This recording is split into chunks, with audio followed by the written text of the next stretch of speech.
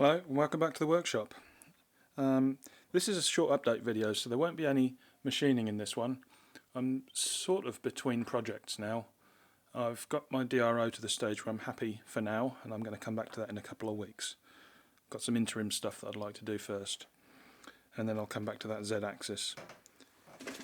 First thing today was I got a nice letter from Nathan at Mr. Mechanical. He's got a channel. This is his sticker.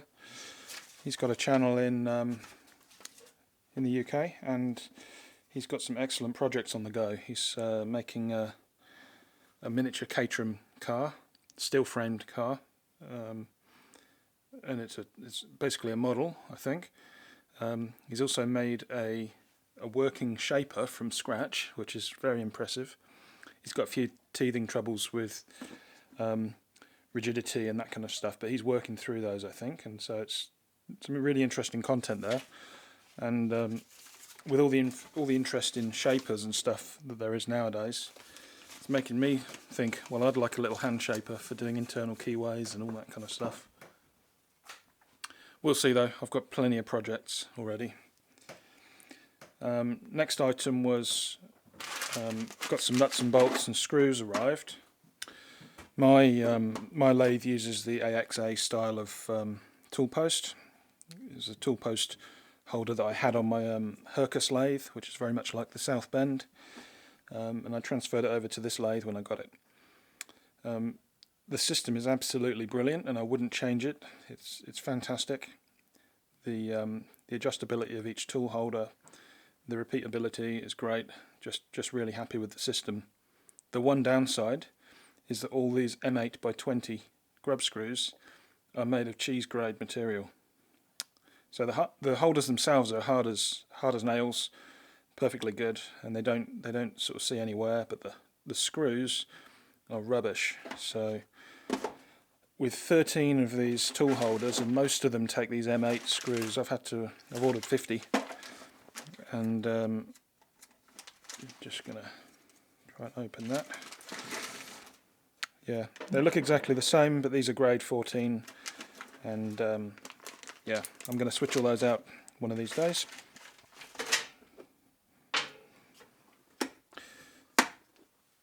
The other thing was I've ordered this set of cap screws. These are supposedly high grade cap screws. I forget which exact grade they are, but they're at least grade 12 or class 12. Yeah, 12.9. So I'll show you a picture of my nuts and bolts drawers. I like to keep a stock of things. I like to keep a few of each size in stock so that I can get on with the project without having to go to the shops. And now with the virus and stuff, it's even more important to have a decent stock of screws on hand. So I went through eBay and I was clicking on this size of screw and that size of screw, and it very quickly added up to more than the cost of a set. So I thought, well, I'll just order a set, and it comes with the washers and lock nuts, and yeah. So this I'll integrate this with my existing collection of nuts and bolts, and that should keep me going for a while. Next thing on the list is drill chucks. Now I've got a drill press with a Jacob's chuck in it, and I've got a lathe with a kind of a Chinese version of a Jacob's chuck on the tailstock. And the best option I have for my milling machine is this NT30 to Morse 2 adapter, and I'm just not very keen on that for the mill. It's got it wastes quite a lot of headroom, and it means I have to take the undo the drawbar and release the tool. What I'd rather have is an idea I got off Tom Lipton.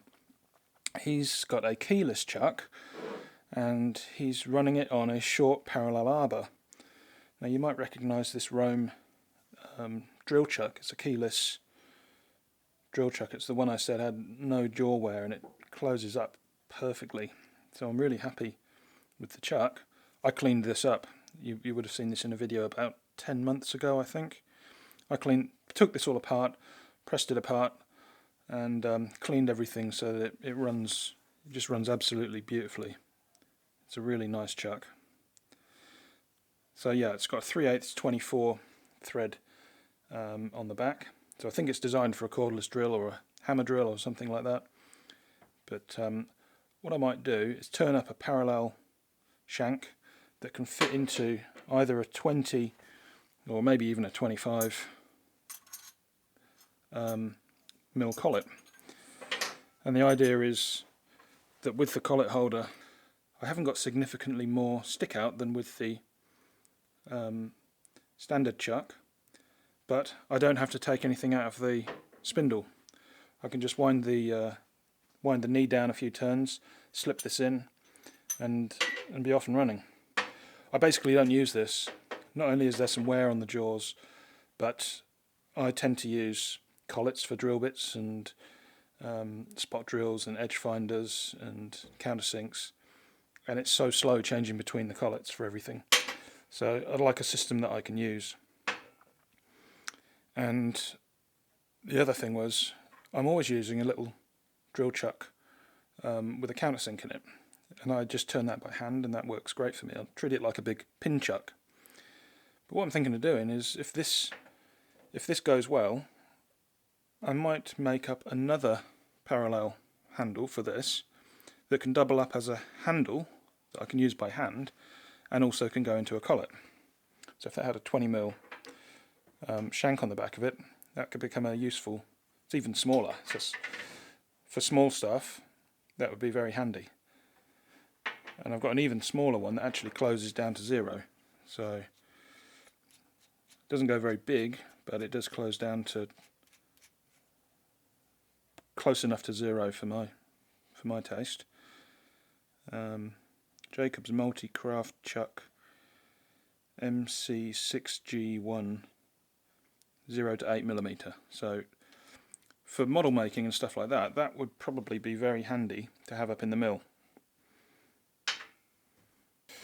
You might recognise this big piece of angle that I made. This used to be a piece of channel that was much longer, and I've rough cut it. And this was where I got to with the bandsaw motor mount. So the motor mount for my wooden bandsaw, I'm trying to put a face mount motor on here with clearance for the pulley and a couple of feet that I can bolt down to the wooden frame. So part of the reason I haven't finished that is because I thought it makes sense to get that mill DRO done, and then I can drill the bolt hole pattern and make this easier, make this more easily. And then I thought, well, I can also turn a semicircle on the, mill a semicircle using the rotary table to make this thing look good. So I'm sort of waiting. I've been waiting till the DRO was done, and I've got to wait till I come up with a way of mounting this to the rotary table. But a couple of commenters in the last video, which was the Y-axis reed head installation and the bracket, a couple of commenters said, well, why don't you use a fly cutter? And that got me thinking, why didn't I use a fly cutter? Well, here you can see these are basically my options for facing things in the mill. My default is to use an end mill. These are 20mm end mills, and that works, but you have to do a lot of passes, and the problem with that is it takes a bit more time. That's no big problem itself, but it also wears out a tool that I have no means of resharpening at this stage. So that's a reason against using an end mill.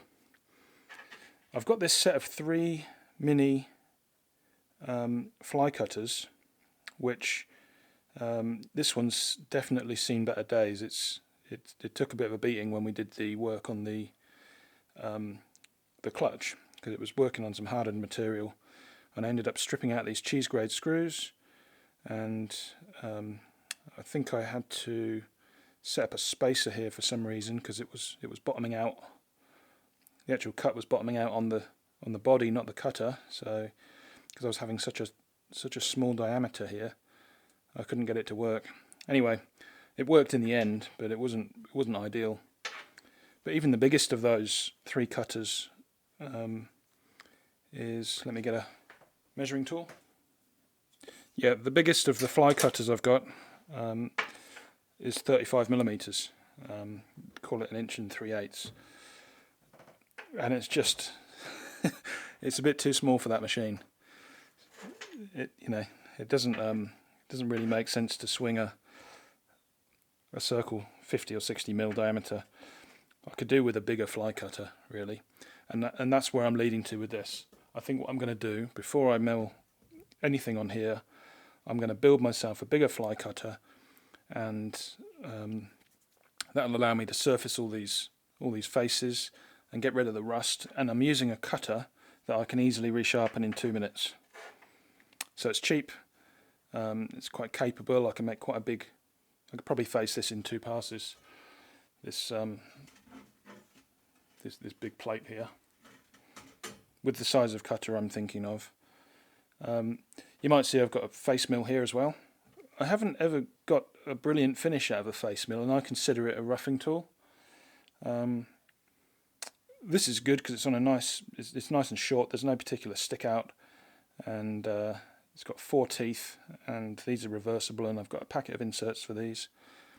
But I just don't love the tool, so I like the finish that a fly cutter gives, and yeah, I think I'm going to go that way.